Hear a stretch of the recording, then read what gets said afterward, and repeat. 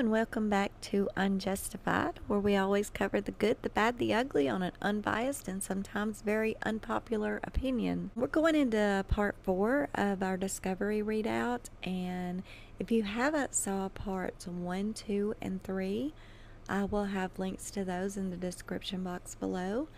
I hope you've been enjoying this discovery readout, and I hope you've learned something new from it. And if not, at least you know exactly what's in it with the visual as well as the reading. I want to take a second to thank all of our loyal super fans of Unjustified. We really appreciate everyone on the channel, all the subscribers and the super fans. Thank y'all so much for being super fans of the channel. And if anyone else would like to be a super fan and get the perks of being a super fan, the join button should be right underneath this video, and if it's not, there's also a link to join in the description box. So let's get right into part 4. Okay, so we left off on part 3 right here. And so let's just get right into part 4. We're going into some text messages, and it's probably the ones that popped out in part 3. But because they are part of the discovery and you will get a visual of the actual text messages, we're going to go ahead and read those as well. And these are from Seaman, and she sent these to, who was it that we were talking about? Friend Taylor, yes, on August the 8th at 10:40 p.m. Her friend Taylor is in the blue, so the ones you see here in blue is Taylor, and the ones you see in white will be Seaman. Nikki just told me you want to cancel the gender reveal. What's going on? Is everything okay? Seaman: no. Can I call you tomorrow and tell you? Chris said we're not compatible anymore. Taylor: I just landed in Chicago. I'm like still on the airplane. Oh my God, what? Seaman: he said we are not compatible anymore. He refused to hug me, said he thought another baby would fix his feelings, said he refused couples counseling. Before I left, he could get enough of each other. Taylor: what the hell happened in 6 weeks? What the hell changed in 6 weeks? Seaman: I don't know. He said he had a lot of time to think. Taylor: I'm so sorry. I don't even know what to say. Seaman: girl, me either. Taylor: we will get together when I get home. Seaman: I've cried myself to sleep over a week now. Okay, honey, have a great time. Taylor: I'm here for you or whatever you need. I love you. Love you more. Thanks, love. Seaman: next Friday, I think 17th. Could you help with kids for a few hours? Taylor: I have to work both of my jobs. I'm sorry, what's going on? Seaman: we are trying to leave for weekend. Friend who's staying weekend can't be here until after 7. Taylor: oh, sorry. I work 7 a.m. till 9:30 p.m. You and Chris? And Seaman never replied. And then Monday, 5:26 a.m., and we know this would be Monday, August the 13th.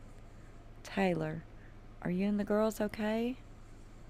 And of course she did not get a reply. Going on down, Officer Davis report, and that's the end of his report. So now we're getting into Officer Paul Scott, and this was filed on 8/17, and it reads: at approximately 10:15 hours, and that's 10:15 a.m. on August the 14th, 2018, in the town of Frederick, County of Weld, in the state of Colorado, I received a phone call from Commander Egan with the Frederick Police Department asking if I can come into work to relieve CSO Seaman, currently posted in the Wyndham Hills subdivision watching a house. At approximately 12:08 hours, and that is 12:08 p.m., I coded in Weld County Dispatch that I was en route to 2825 Saratoga. At approximately 12:17 hours, 12:17 p.m., I coded into Weld County Dispatch on scene. I met with CSO Seaman, who explained that I was relieving her and to sit in an unmarked silver Caprice, facing south on the west side of Staple Rock Drive, approximately 100 yards north of 2825 Saratoga. Officer Seaman explained that I was to keep a log and document unusual activity.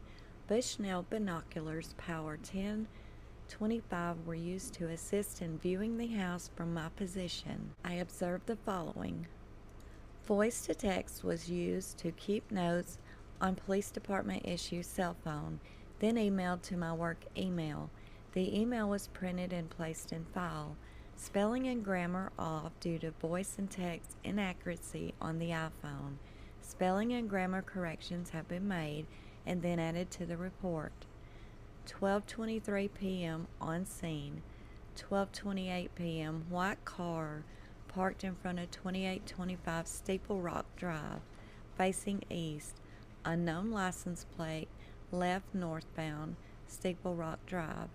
Keep in mind, he is talking into his iPhone, so I believe since this is 2825, I believe this may supposed to say Saratoga because it's 2825. It was a white car parked in front of 2825, which would have probably been Nicole Atkinson, I guess. And at 12:39 p.m., observed a white four-door SUV type vehicle return to 2825 and did not see occupants get out. At 14:15, and that's 2:15 p.m., I was relieving myself for a restroom break. At 14:20, I returned to post.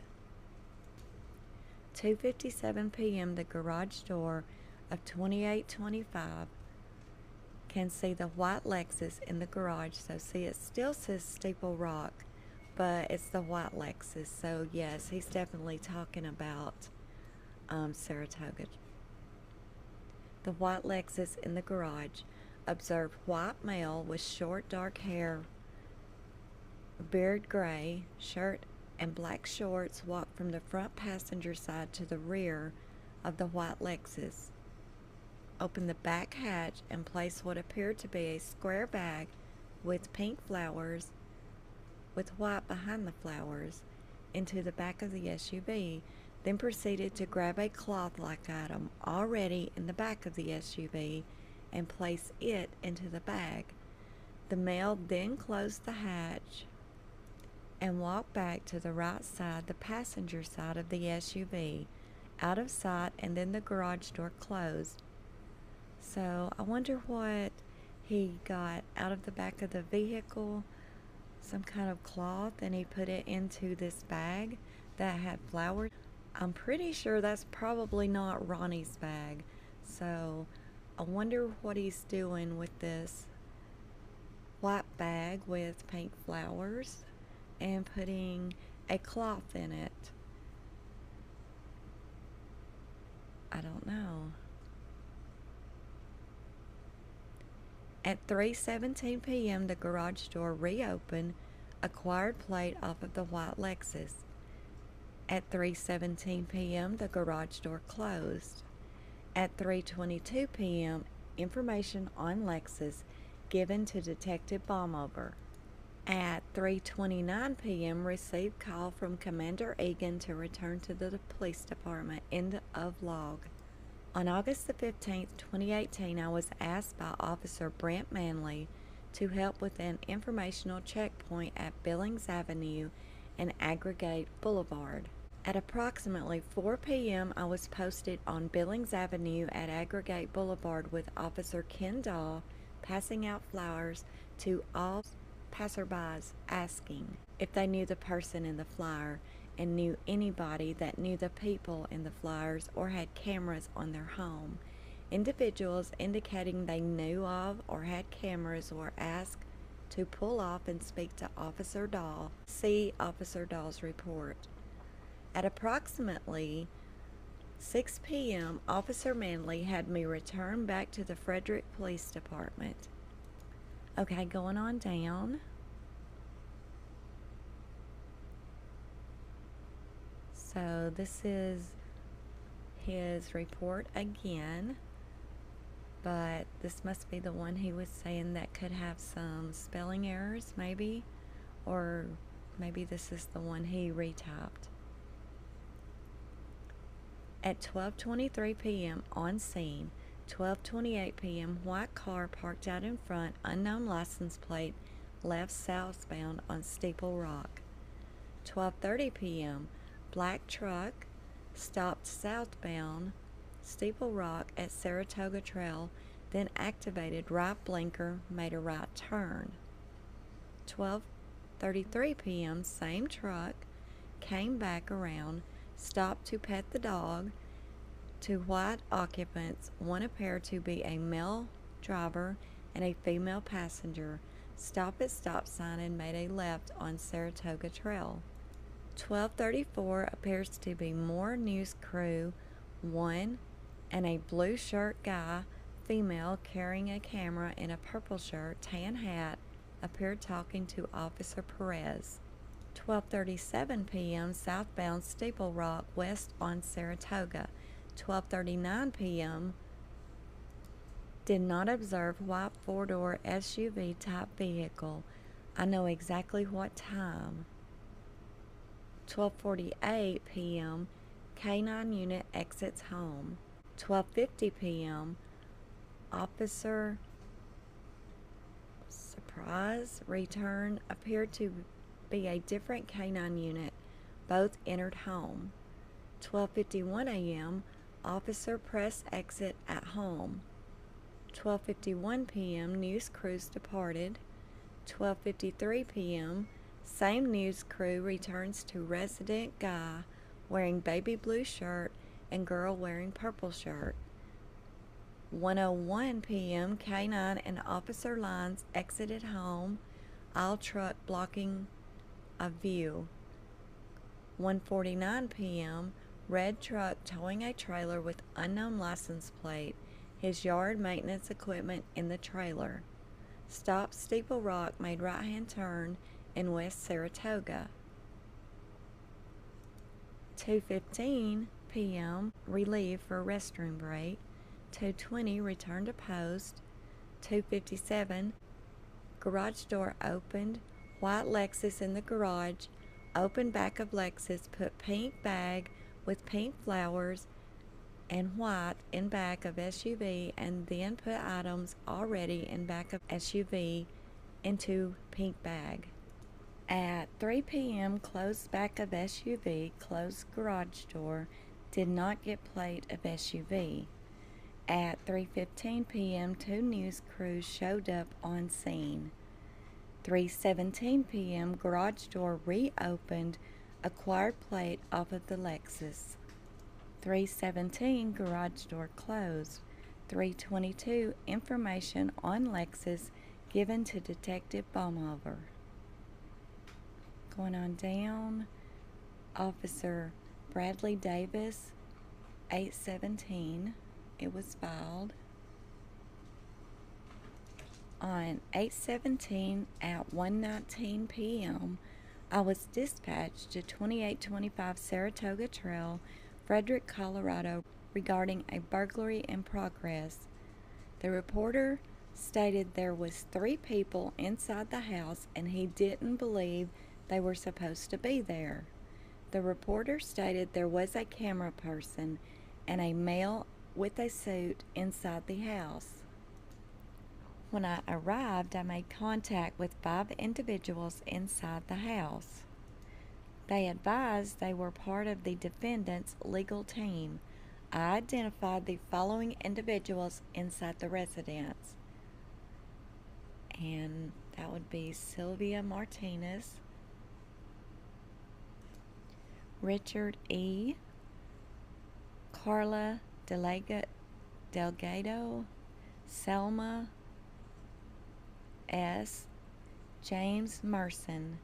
Merson identified himself as an attorney and provided his credentials. The other individuals were performing a forensic investigation. Dacono Officer Lambert contacted Weld County DA investigator Kathy Holscher. She advised Officer Lambert the individuals were authorized to be in the residence. No further at this time. Officer Brad Davis. Going on down, Officer Ian Albert, and this was filed on August the 18th. It reads, on August the 14th, 2018, I was assigned as the Public Information Officer during the course of this investigation. During that period, I answered numerous phone calls from the media, issued press releases, and conducted 2 separate conferences to discuss information to the media upon approval of my commanding officers. Additionally, I answered several tips and comments pertaining to this case from the public and maintain an active log of those calls. And they are as follows: 8/15/18, possible sighting of victim and children at Sprouts Market off of Smoky Hill Road, lead past onto 986. 8/15/2018, female party from MA called who claimed to be a psychic and foresaw their location being a wooded area near water. And this is funny about this psychic. I was talking to my granddaughter about this, and she was listening to part 3, that part of the discovery, and she just looked at me and she said, no, absolutely not. She said, that is no psychic. She said, okay, number 1, the lady wanted to remain anonymous. Number 2, it was a female. I was like, yeah, I mean, it's very odd and it's very spot on. And she said, well, think about this. Whoever called that in was no psychic and was no medium. That was just something they were saying. That's somebody acting like a psychic, and that's why they want to remain anonymous. And I will guarantee you, and I don't even really want to say this, but because it causes a lot of flack, but I'm just telling you what she told me, and she's 15 years old, and this is from her mind's eye. She said, that call, I guarantee you, they should have looked at that call. They should have traced that call because that's too spot on. And she said, that was the mistress. And I said, why do you say that? And she said, think about it. It was a female. She said she was a psychic because she knows that police are always and usually will definitely look into anything a medium or a psychic tells them, because so many times psychics and mediums actually help them solve cases. And she said she was in a Facebook group with her. And my granddaughters told me for a long time that's how she thinks she knew Shanann and checked up on her and everything. She's like, I know she had a fake Facebook account. I'm pretty sure she did. And she used that to check up on Shanann, and she followed the same groups and all that, so she knew. And I was like, I don't know. And she said, guarantee you, that was her calling because she was wanting them found quickly, since Chris had already was fixing to go do a lie detector test. She was wanting them found. And I was like, okay. And I told her, I said, well, you know, your theory's just as good as anybody else's out there. She said, guarantee you one of these days it's going to come out that was the mistress. And I'm like, okay. And she's 15, y'all, but she does keep up with the case. I mean, it's not like you can be in my house and not know this case. I mean, seriously, there's just not, it's not possible. So, yeah, that's what she said. Now, don't come at me with comments and saying rude things about my granddaughter. She's a kid, and that's the way she's seen it. And her theory or opinion or thought or whatever is just as plausible and heard just as much as anybody. So I just thought I would share that with you guys, what her opinion was, and she'll probably even comment down here on it. But yeah, that was her opinion, and I never thought of it that way. Earlier in the last chapter when I was reading it to you, that truly didn't ever cross my mind. And when she said it, I was like, well, you know, who knows? Because the psychic definitely wanted to remain anonymous and wanted to call in the tip. So I don't know, but anyway, yeah, that's pretty interesting. I thought I would share that with you. Also, on 8/15, Sandra, the mom of Shanann, called to advise that Shanann and Chris had a court coming up on the 24th in Weld County on a family matter.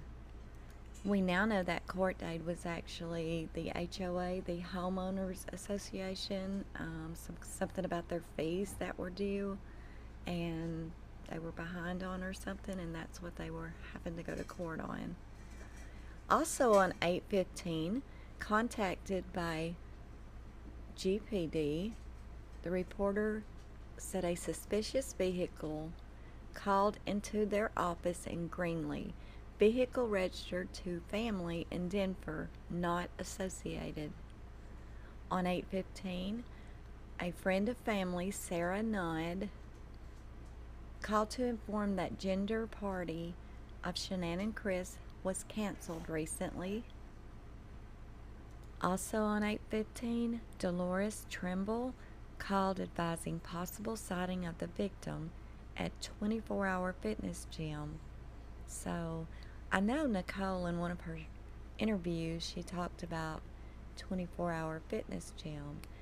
I don't remember if she said that's where she went or that's where Chris said he should go. I think that's where she said she went, but there was a possible sighting, but it wasn't her, obviously. Also on 8/15, Emily Boyer called advising that she was receiving strange emails from unknown person claiming to be a reporter. Emily lives in Gunnison, and advised she has no relation to this case and did not understand why this is occurring. Yeah, I can imagine that would be very odd if you don't even know these people. So I wonder, and that's not the only one that happened to. This happened as well. 8/15, Debbie Moore from Minnesota also received strange emails stating that someone from People magazine wanted info on this case. Debbie has no affiliation of the matter and no callback is requested. So that's so odd that just random people are calling random people wanting information. Just doesn't make sense. 8/15, possible sighting of victim at restaurant in Cook City, Montana. Reporter remained anonymous. 8/15, Cindy Darasset, friend of Shanann, said to check the trash can for Thrive wrappers at the house. If there are none, then that would indicate that Shanann had not been at the house because Shanann used it every day religiously. And as you see, the friends, they're trying to think of just any little thing that can help officers and just everybody that's involved in this, just every little thing. Because sometimes it is the little things that tell the biggest story. sometimes it's the overlooked things that is the most important. And that's kind of why we're doing this, right? So, and I also heard that Shanann had stopped taking Thrive when she was pregnant. And then I've heard that she was still taking it when she was pregnant. I don't know. I can say that I feel very certain that if it was a danger or going to do any harm to her, the baby, I don't think she would have been taking it. So if she was still taking Thrive, I think it must have been safe. Okay, going on down. And then this is Frederick Police Department's investigation activity report from Sergeant Albert. And it says on 8/15 there was a possible sighting of victim and children at Sprouts Market off of Smoky Hill Road. And then also on 8/15, female party from I'm not going to try to say it, called, who claimed to be a psychic and foresaw their location being a wooded area near water. 8:15 again, Sandra, mom of Shanann, called to advise that Shanann and Chris had court coming up on the 24th in Weld County on a family matter. 8:15, contacted by GPD, suspicious vehicle called into their office in Greenlee, vehicle registered to family in Denver, not associated. Friend of family, Sarah Nudd, called to inform that gender party of Shanann and Chris was canceled recently. 8:15, Dolores Trimble called to advise possible sighting of the victim at 24-Hour Fitness Gym. 8:15, Emily Boyer called advising that she was receiving strange emails from unknown person claiming to be reporter. Emily lives in Gunnison and advised she has no relation to the case and did not understand why this was occurring. 8:15, Debbie Moore from Minnesota also received strange emails stating that someone from People magazine wanted info on the case, and Debbie has no affiliation of the matter. No callback is requested. 8:15, possible sighting of victim at restaurant in Cook City, Montana. Reporter remains anonymous. 8:15, Cindy Durasette, friend of Shanann, said to check the trash can for Thrive wrappers at house. If there are none, then that would indicate that Shanann had not been at the house because Shanann used it every day religiously. Virginia Kinch called to report a suspicious white truck seen near Highway 52 at WCR 3.5 at 1:30 a.m. Monday morning. No identifying information on the vehicle, just a white truck. And there's another thing that stands out to me. 8:16, Kyle Bonds of Jackson, Mississippi, called to inform of suspicious comment made in one of the comment sections of CBS News Channel forum related to article reported about the Shanann Watts case. Okay, going on down.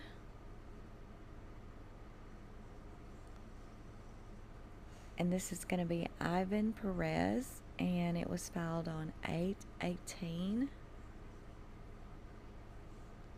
And he says on 8/17 at approximately 20:41 hours, and that would be 8:41 p.m., I was requested by Detective Baumhover to transport items of evidence to the Longmont Police Department. Detective Baumhover handed me 4 brown paper bags that were all sealed with red tape. Marked on the bags were the following: Bag 1, underwear number 1. Bag 2, shirt number 2. Bag 3, bra number 3. Bag 4, sheet number 7. All 4 bags contained Shanann Watts on the printed label. I arrived at the Longmont Police Department at approximately 21:02 hours, and that's 9:02 p.m. I was escorted to the Longmont Police Evidence Room by Officer Jocelyn P. I cut the red tape that was sealing the sheet number 7 bag with my knife. Inside that bag was a white sheet with dirt all over and red stains. Wrapped inside the sheet was a small pile of dirt. The dirt was placed in a separate brown paper bag and marked dirt from sheet number 7. The sheet was placed inside a dry room locker, draping over a rod that was inside the locker. The sheet was tagged as number 7 with the case number and locked inside the locker along with the bag of dirt. I then cut the red tape that was sealing the bra number 3 bag with my knife. Inside that bag was a black bra that was covered in dirt. The bra was placed inside a different drying locker on a shelf. The bra was tagged as number 3 along with the case number. I cut the red tape that was sealing the shirt number 2 bag with my knife. Inside that bag was a shirt, white on top and purple on the bottom, with what appeared to have a heart logo in the middle of the shirt. The shirt was also covered in dirt. The shirt was placed inside the same drying locker as the bra on a hanger. The shirt was tagged as number 2 along with the case number. The drying locker containing the bra, shirt, and underwear was locked. The keys to both drying lockers were put inside a cabinet hole that only evidence personnel would have access to.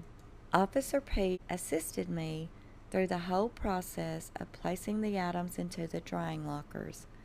Officer P completed a property and evidence report sheet containing Longmont case number.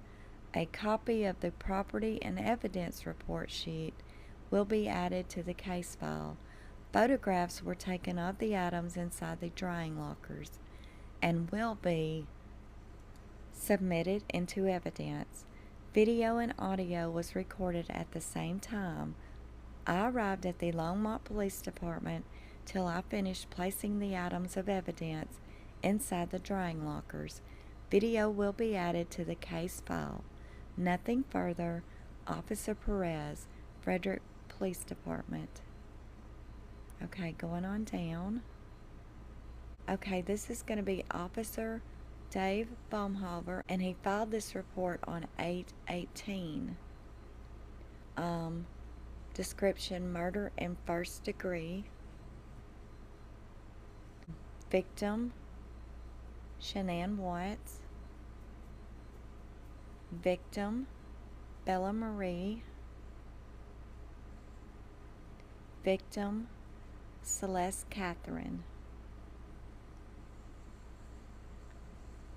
And the Colorado Bureau of Investigation Evidence Transfer Form. Detective Baumhover.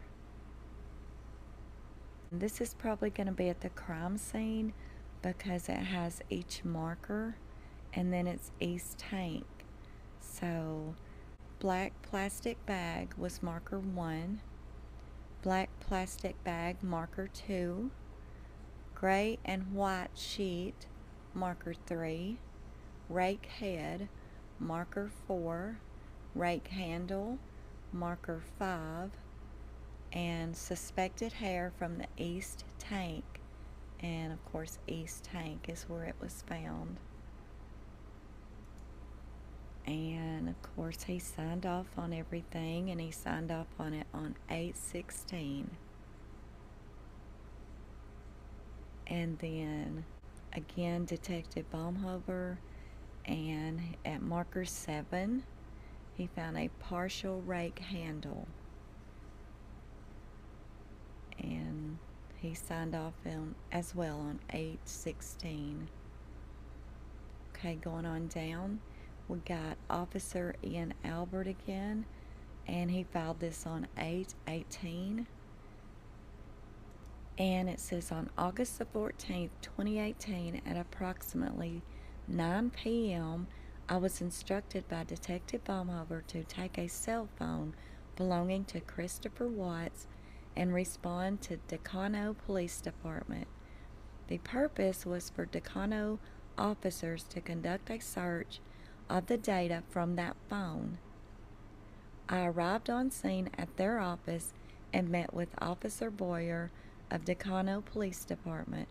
Officer Boyer received the phone and downloaded the data. Shortly later, she made a copy of the data on a USB drive and provided that to me. I then returned to the Frederick Police Department and provided the USB and the phone back to Detective Baumhover. Reference Decano case and the case number. Nothing further at this time, Sergeant Albert. And to my knowledge, Chris's family or anything, I know Ronnie signed the papers to collect, all of Chris's belongings, but to my knowledge, as of now, this phone has never been returned, and they still have possession of it. Okay, going on down. And again, this is Officer Albert. And again, he filed this 8/18.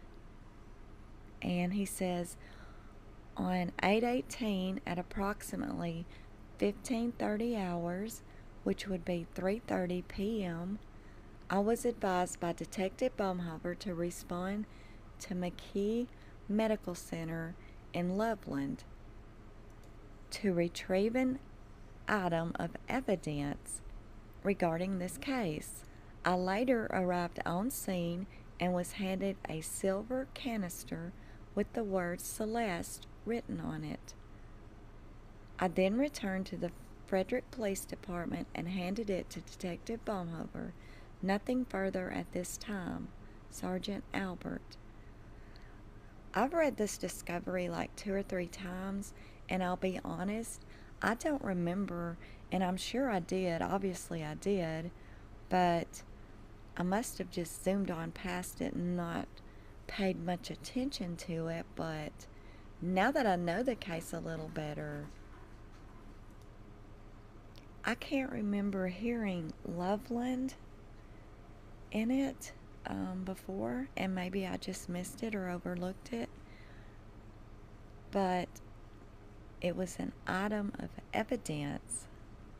So this silver canister with Celeste's name on it was somehow evidence in this case.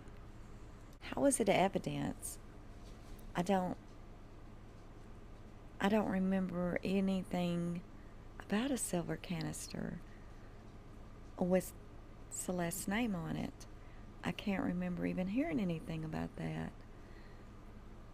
Maybe I've overlooked it, or maybe I've just disregarded it, but obviously it's not just an item or just some random thing.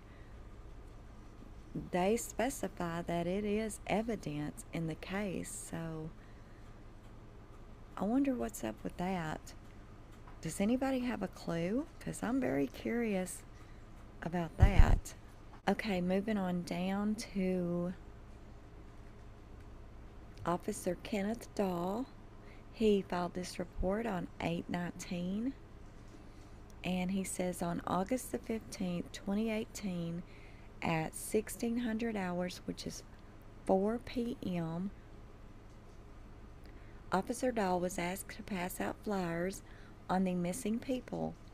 While passing out the flyers, Officer Dahl contacted 4 people that said they knew Shanann. Officer Dahl took the contact information from the 4 people and gave it to Officer Manley. Video was taken, no further information. Okay, going on down. Officer Jared Bakes, and he filed this on 8/19. And he says on Wednesday, August the 15th, I arrived at work at approximately 1600 hours, and that's 4 p.m. There were several different agency personnel at the police department at the time. I was briefed by Commander Egan of the situation and was assigned as the patrol sergeant and also to coordinate patrol personnel where and when they were needed. At approximately 18:30, which is 6:30 p.m., I was asked by Commander Egan to drive Chris Watts' Lexus vehicle to the back of the police department from the front of 5th Street and coordinate with Watts' father to retrieve his bag from the vehicle and then get him a ride to a hotel. Commander Egan also advised me that I would need to seize the vehicle and have it towed by Brad's Towing.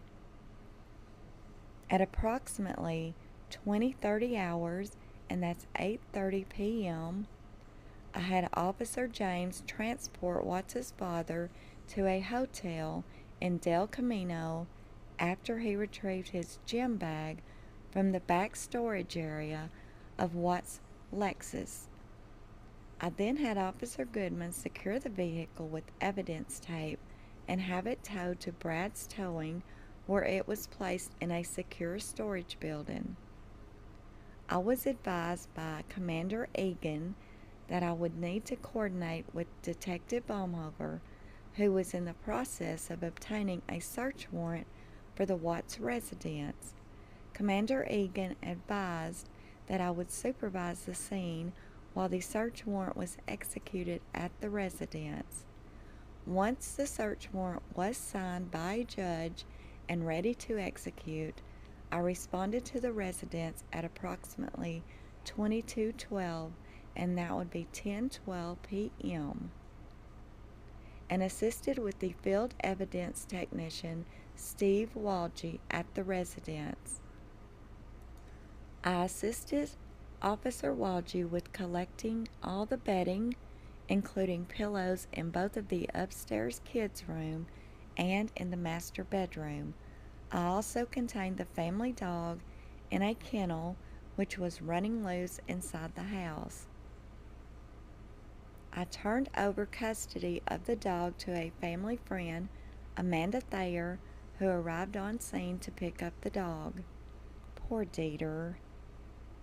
Dieter was so confused. You know he was, just running around. His family wasn't there. All these strange people in his house. The kids weren't there.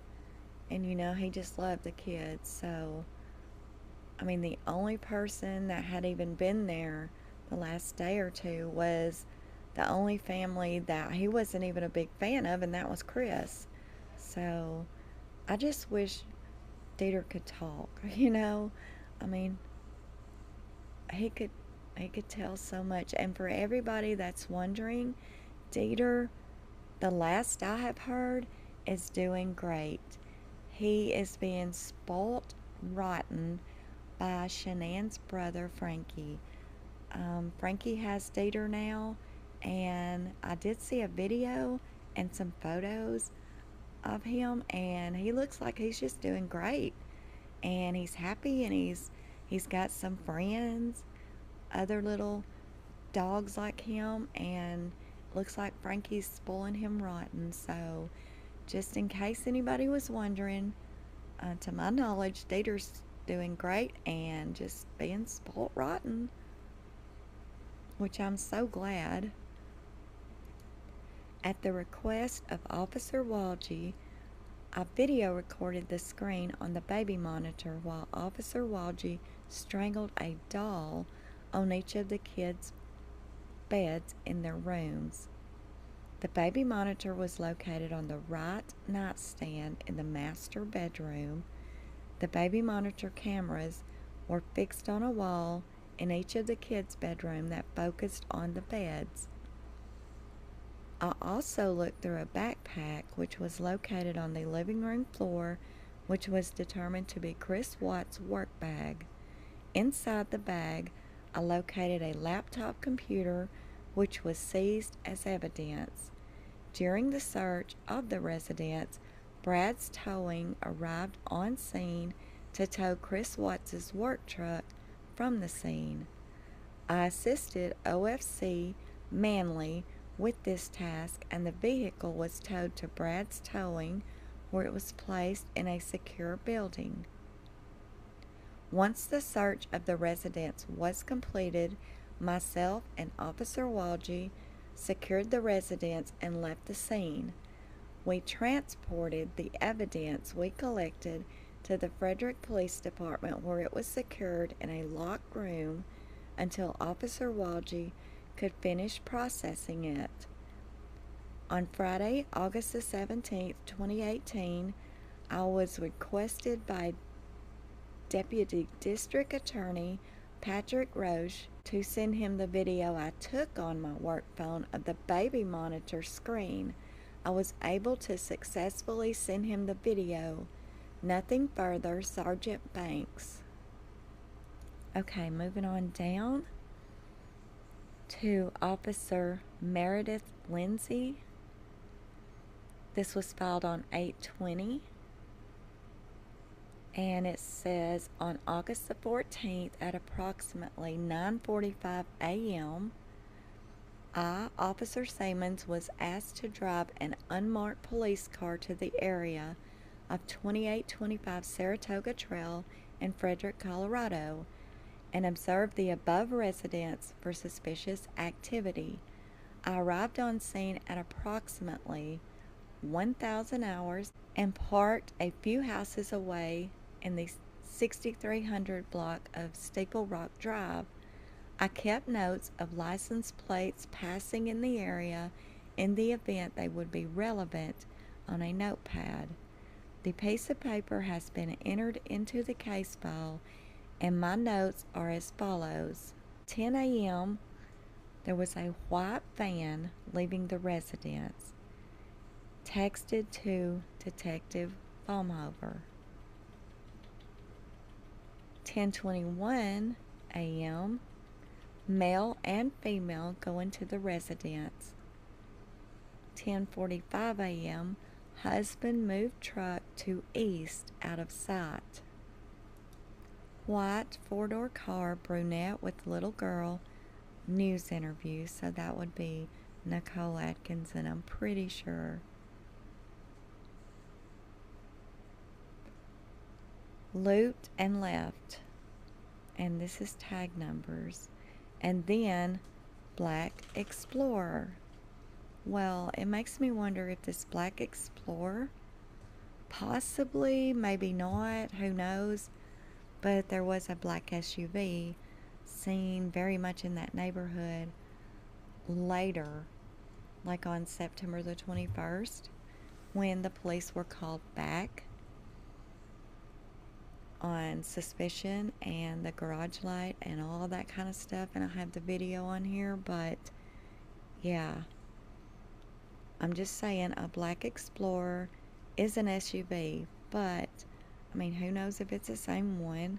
Possibly not, maybe so, we don't know, but anyway, at approximately 12:20 p.m., Officer Scarlett relieved me of my duties, and after a short bathroom break, I joined Sergeant Albert in canvassing the neighborhood, handing out flyers along Steeple Rock Drive and Ruby Hill Drive. I documented which houses did not have an answer, and a flyer was only posted on the door. I later provided this list to Officer Manley. On 8/15, at approximately 1600 hours, 4 p.m., I was asked by Officer Manley to assist with updated flyer handouts at Aggregate Boulevard and Windham Hill Parkway, Frederick, Colorado. I was stationed to the west of the above intersection and handed out flyers to all incoming traffic, asking for updates and asking residents to check their security cameras for footage. At approximately 6 p.m., I was told by Officer Fairbanks, who had also been handing out flyers at the same location and who had just received a phone call that we were to pack up and leave the area, which we did immediately. Nothing further at this time. Okay, going on down, it looks like this is Meredith Seaman's notes. And she says Ruby Hill Drive. And when you look at the neighborhood canvassing, you can actually see them taking these notes of the different house numbers and any relevance that they may have or can tell them. There was one with the Ring doorbell camera. There's one. There's a Ring doorbell camera. And then down here,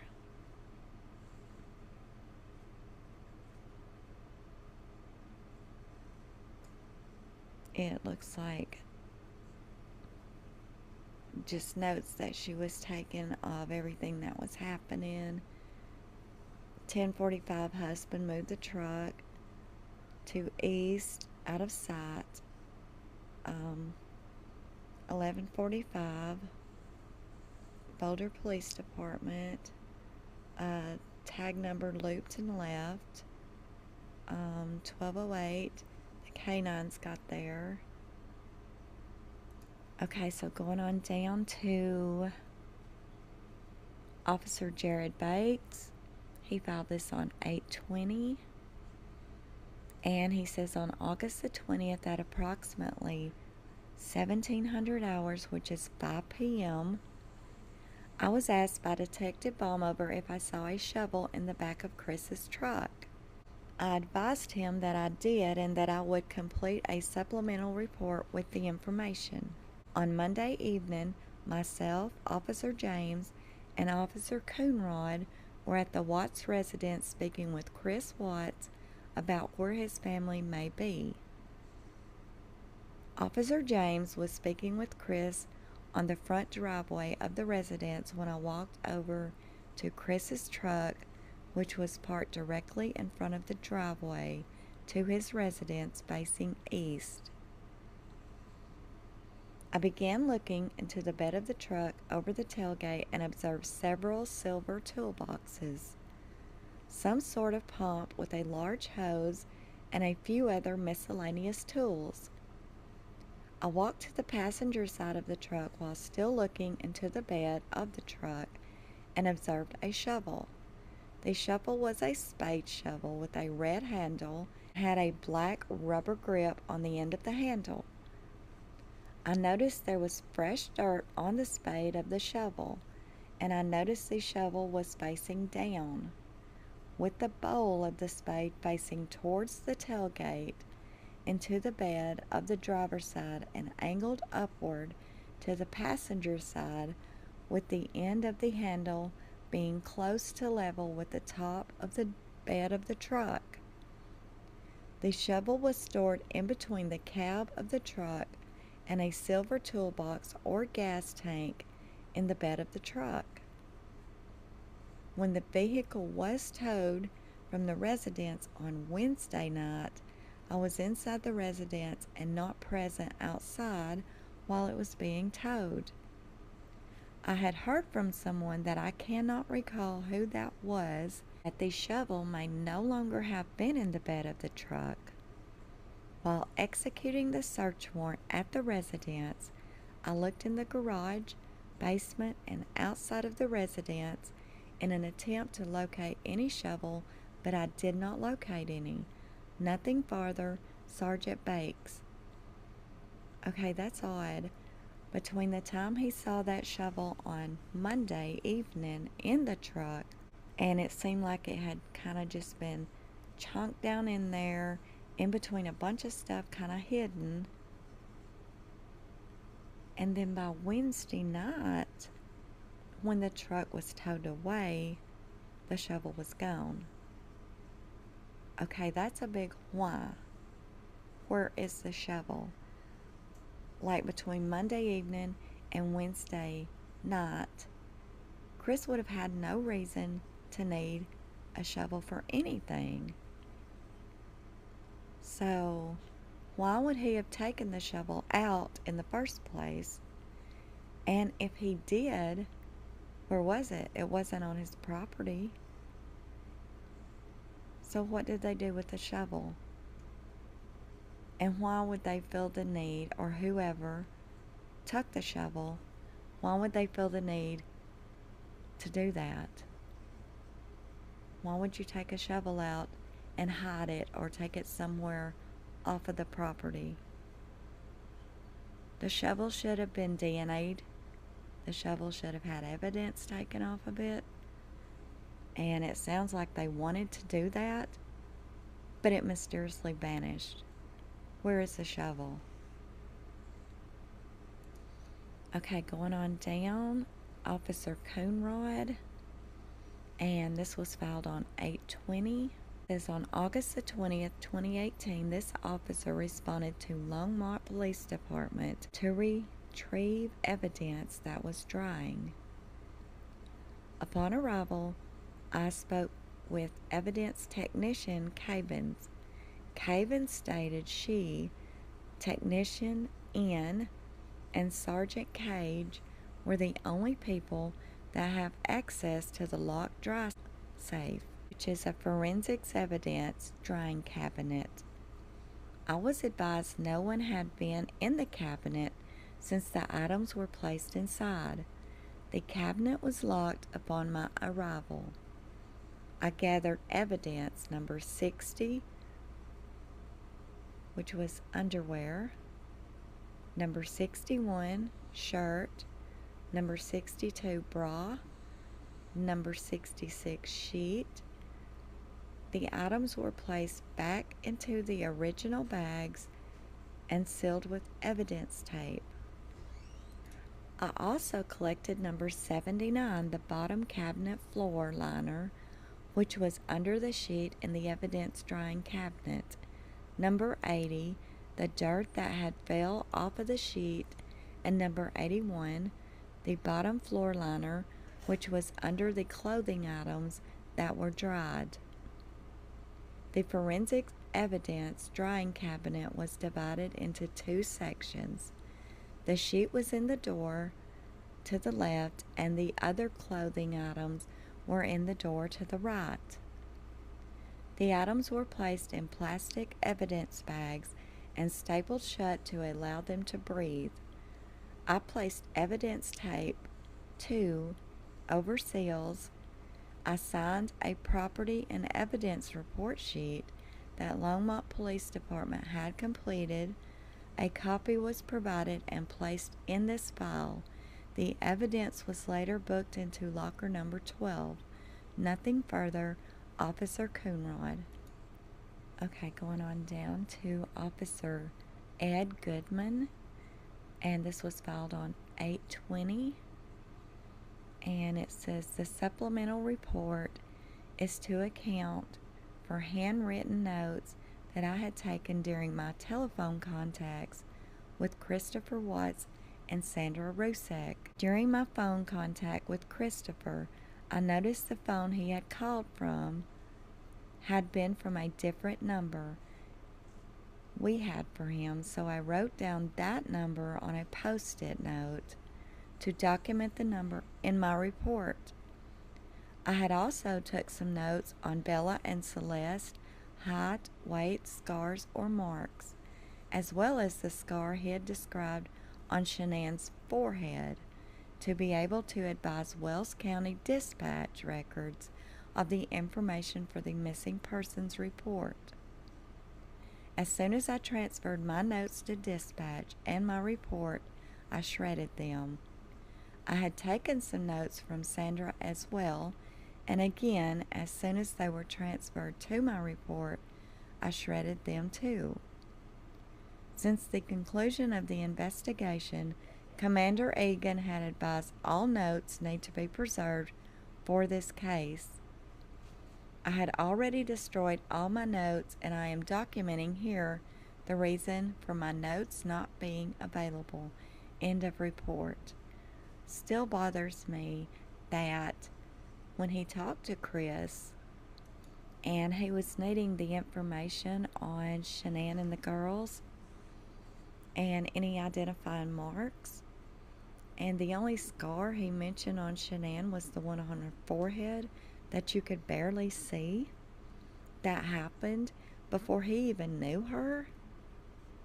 But yet, she had had that neck surgery not even a year prior, and it was very evident. If you'll look at her videos, that neck scar is highly evident. I mean, it hadn't even been a year. So, scars are not going to even start vanishing or fading in that length of time. And it was very evident. I mean, it just was. And he didn't mention that. And I personally think he didn't mention that because he couldn't handle the guilt of talking about her neck. Because if he talked about her neck, he would then have to visualize her neck. Because when you talk about something, you kind of visualize it in your mind, right? Well, he didn't even want to visualize it. He didn't even want to acknowledge remembering anything about her neck. It's like he had already blocked that from his memory, mind's eye. And that is very telling, in my opinion. Of course, they didn't know that then, obviously. I mean, there's no way Officer Goodman could have known that, but now looking back, it's very obvious, in my opinion, why he deliberately refused to mention her neck scar. Okay, going on down, we have Officer Dahl.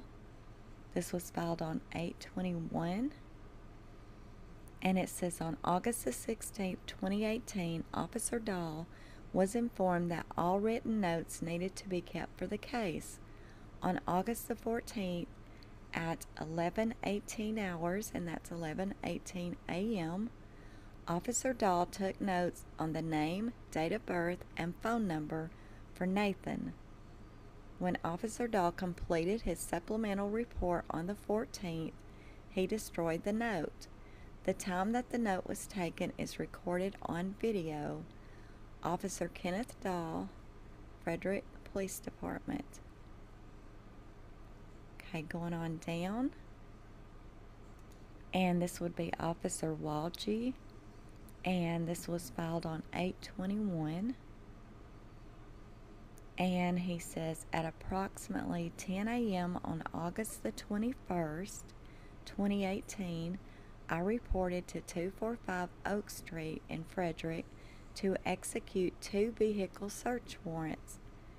The processing of the vehicles was completed by CBI agents David Yoakum, crime scene analyst, and Kaylee Henson, forensic scientist.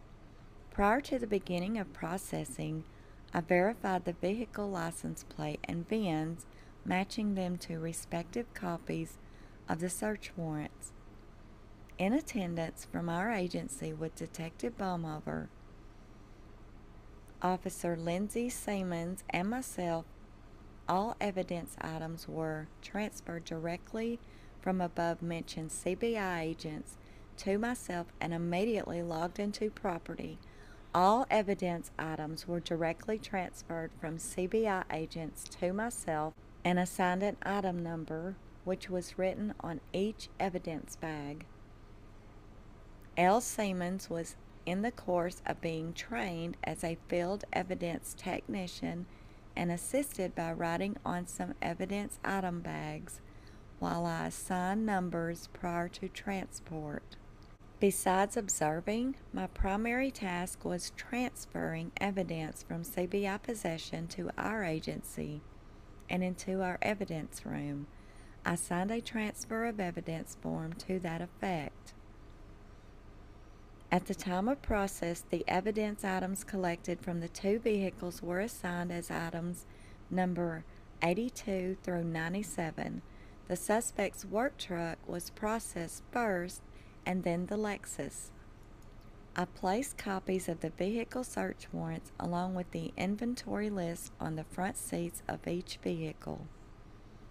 I requested final photographs be taken to include said mentioned documents. See Agent Henson's report. Start of processing began at 10:20 a.m. and ended at 13:39 hours, which is 1 p.m. or 1:39 p.m. Upon completing the searches, I resealed the vehicles with evidence tape to all locations that the previous tape was located prior to searches and wrote my initials and the date on each one. I immediately transported all evidence items to the Frederick Police Department and entered all items into the evidence room for storage. End of report, Officer Walgie. Okay, going on down, this looks like it's going to be his notes. And this marked out looks like it says, get neighbor's code to get into. 5-ent video, Dave at house. Tuesday, vehicle search. So they had the vehicle search warrant on Tuesday. And inside Chris's truck, it says shovel, but it wasn't there when it was towed, but it was when they done the vehicle search warrant. Also, I can't really make this one out.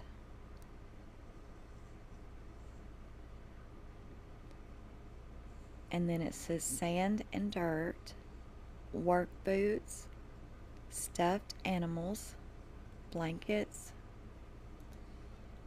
black trash bags, and that's what they found in Chris's truck. And I cannot make this one out. So maybe some of you guys can, I can't. And then it says Nikki, May, Primrose Daycare, McCoy, and I guess that's Troy McCoy.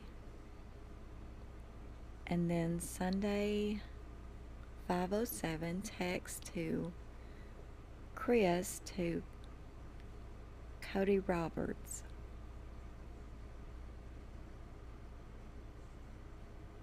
Trip to 319 site. And going on down, and it looks like it says not Saturday, lake afternoon, Sunday, 1 o'clock. And moving on down, Shanann Watts, Chris, SV, Forge, Albert, and then 2825 Saratoga Trail, Nicole, send, and I'm not sure what this is, 11 plus 6 maybe, 17 minus 8 is 9, yeah, 18, called, pores, security, neighbor's video, work laptop, lazy dog, video, Kovac, his wallet, question mark, book, hold me tight, hardback, Verizon, Xfinity. And then moving on down, Officer Walgie filed 8/21/2018, and it says on August the 15th, 2018, after a lengthy consensual search earlier in the day, I arrived at 2825 Saratoga Trail to conduct a search warrant based on new information that had arisen in the investigation.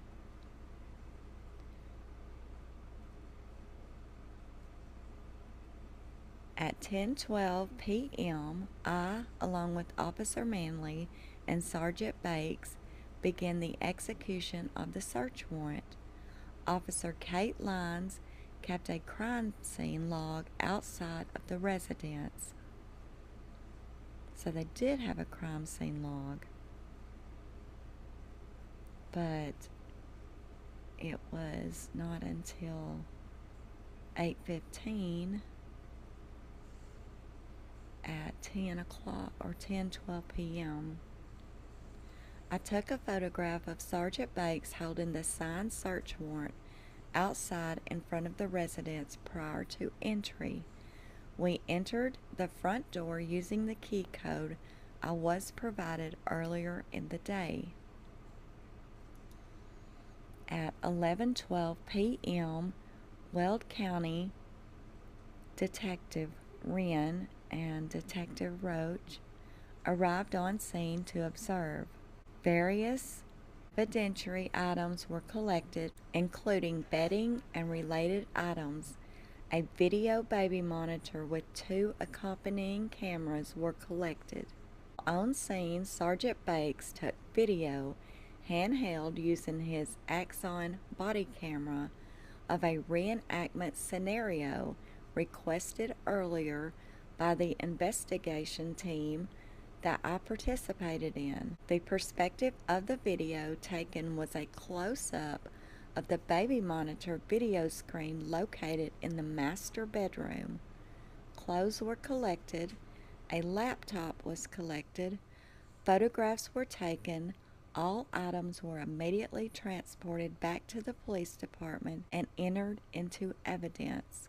On August the 16th at 00:11 hours, and that is 11 a.m., the front door of the residence was locked. At that time, I released the scene and Weld County Dispatch was informed. End of report, Officer Walgie. Okay, we're going to stop right here on part 4. I will be back very soon with part 5. I hope you guys have enjoyed this. I hope you've learned something new in it. I hope that you have gotten your own thoughts and opinions about things so far.